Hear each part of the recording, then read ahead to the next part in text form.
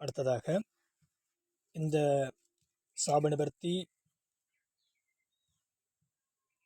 மந்திரம்லாம் சொன்னதுக்கப்புறம் நைவேத்தியம் பண்ணியாச்சு, பூஜை செஞ்சாச்சு. இதனுக்கப்புறம் இதனுடைய ஆணிவேர் அறாமல் இதனை பிடுங்கி ஒரு சிவப்பு நிற துணி கொண்டு அதனுடைய வேர் ஆகாயம் நோக்கி தெரியாமல் எந்த ஒரு எறும்பு பொருட்களையும் பயன்படுத்தாமல் அதனை எடுத்து அதன் பிறகு பூஜை அறையில் வைத்து பிராண பிரதிஷ்டை என்று சொல்லக்கூடிய சக்தி ஊட்டக்கூடிய மந்திரம் ஜெபிச்சு அதன் பிறகு நாம் எந்த காரியத்திற்கு செயல்படுத்த விரும்புகிறோமோ அந்த காரியத்திற்காக அந்த மூலிகையினை பயன்படுத்தலாம்.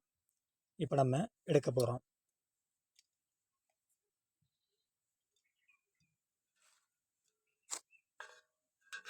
சிவப்பு நிற துணி எடுத்தாச்சு.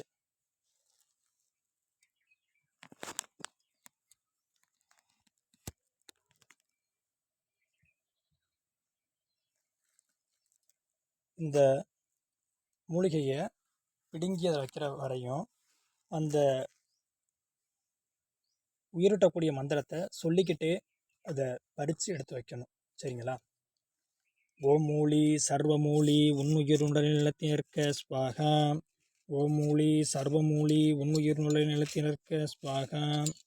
ஓம் மூலி சர்வமூலி உன்னுயிர் நிலத்தினர்க்க ஸ்வாகா. ஓம் மூலி சர்வமூலி உன்னுயிர் நிலத்தினர்க்க ஸ்வாகா. ஓம் மூலி சர்வமூலி உன்னுயிர் நிலத்தினர்க்க ஸ்வாகா. ஓம் மூலி சர்வமூலி உன்னுயிர் நிலத்தினர்க்க ஸ்வாகா. இந்த வேர் தெரியாமல் வேரும் அந்தராமல் இதனை ஒரு துணியில் போட்டு இப்படி மறைச்சிடணும். இதுபோல் நம்ம பூஜை பண்ணி எடுத்துக்கிட்டதுக்கப்புறம் இதனை கொண்டு போய் சுவாமி அறையில் வச்சு இதற்கு முறையாக மறுபடியும் பிராணபரிஷ மந்திரம் சொன்னதுக்கப்புறம் அந்த மூலிகையில் எந்த வேலைக்கு நம்ம பயன்படுத்துகிறோமோ அந்த வேலைக்கு நம்ம பயன்படுத்திக்கலாம். அடுத்த ஒரு வீடியோவோட நம்ம அடுத்த தொகுப்பில் பார்க்கலாம். நன்றி, வணக்கம்.